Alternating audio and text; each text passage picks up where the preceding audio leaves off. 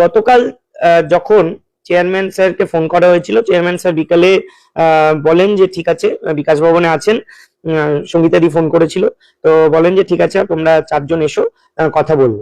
তো আমরা ওই 4:30-5টা নাগাদ গিয়েছিলাম এবং তখন 6 জন গিয়েছিলাম, আমরা 6 জন গিয়েছিলাম। একদম প্রথমেই বলি, প্রথম শুরু হয়েছিল আমাদের রিভিউ নিয়ে, একদম প্রথম যে মানে কথোপকথন। তো সেই রিভিউ নিয়ে যখন প্রশ্ন করি যে রিভিউতে কতটা আশাবাদী, বাট এই প্রশ্নগুলো পিটিশনাররাও আমাদের করে, আমরাও লয়ারদের করি, যদিও জানি সুপ্রিম কোর্টের ব্যাপার কেউ বলতে পারবে না, তবুও যেহেতু করতে হয় আমাদেরও একটা ইয়ে থাকে।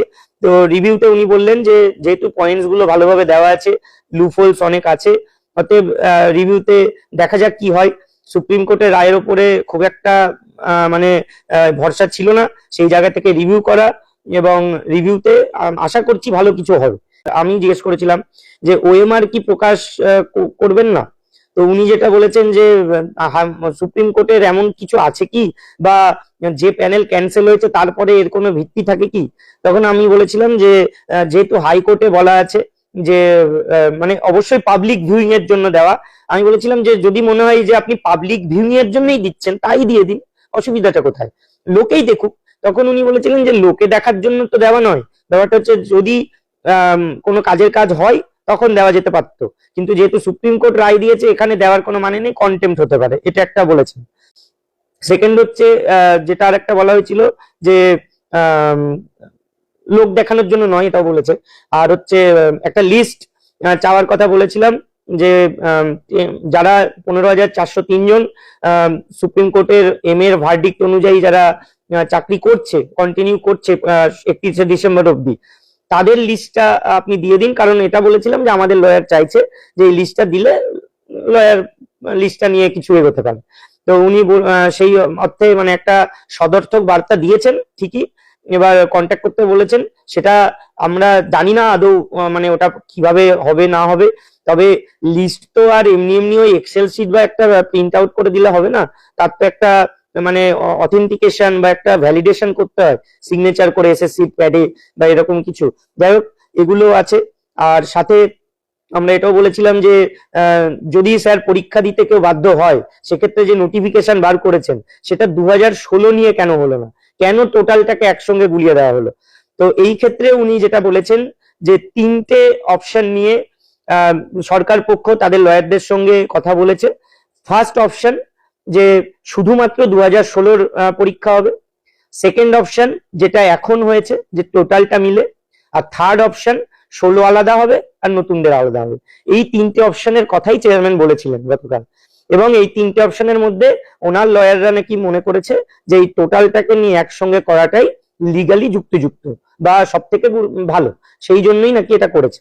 আমাদের দাবি আমরা স্পষ্ট জানিয়েছি যে প্রথমত রিভিউতেই যেন আমাদেরকে বাঁচিয়ে আনা হয়, এবং এটার দ্বিতীয় কোনো রাস্তা নেই, কারণ ওটা ছাড়া আমি কথাও বলেছিলাম যে পরীক্ষা দিয়ে যদি পাই স্যার তাহলে 1-2 জন পাবে, বাকিরা পাবে না। হ্যাঁ, 1-2 জন পাবে কিন্তু বাকিরা পাবে না, এটাই মানে বাস্তব সত্য এটাই। পরীক্ষা যদি নতুনদের সঙ্গে দিতে হয় তাহলে মানে এটা তো সত্যি কথা যে মানে 10 বছর পরে এসে আর 7 বছর চাকরি করে এসে এটা কখনো হয় না। যাই হোক, আমরাও চাই নতুনদের জন্য নিয়োগ হোক, কিন্তু আমরা কেন তার মধ্যে অংশগ্রহণ করতে যাব চাকরি করে এসে যোগ্য হয়েও।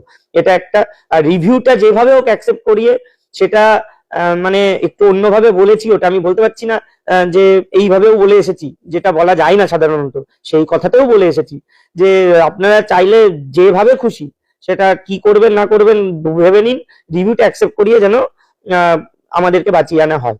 এই কথাগুলো হয়েছে গতকাল। যে 3 থেকে 4টে দাবি নিয়ে আমাদের এখন লড়াই করা মানে হবে বা উচিত।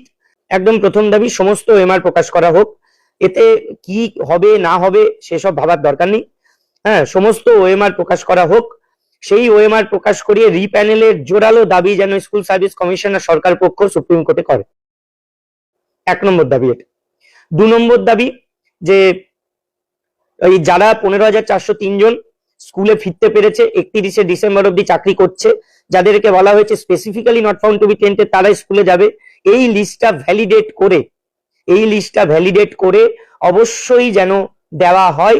সেটা এসএসসির ওয়েবসাইটে দিক বা এসএসসি তার নোটপ্যাডে লিখে সাইন করে ভ্যালিডেট করে আমাদেরকে দিক বা সকলের সামনে আনুক, সেটা যেভাবে হোক এই দুটো যেন হয়। 3 নম্বর, এই যে নোটিফিকেশনে যে অ্যাপ্লিকেশন করার কথা বলা হয়েছে, এই অ্যাপ্লিকেশনটাকে এক্সটেনশন করা হোক যতদিন না রিভিউ এর কোনো আউটকাম আসছে।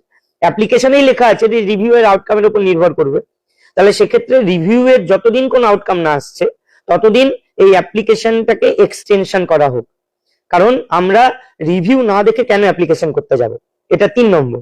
আর 4 নম্বর, যে আপনাদেরকে রিভিউটাকে অ্যাকসেপ্ট করিয়ে যে করেই হোক যোগ্য যারা তাদেরকে পুনর্বহাল করতে হবে। এই 4টে দাবি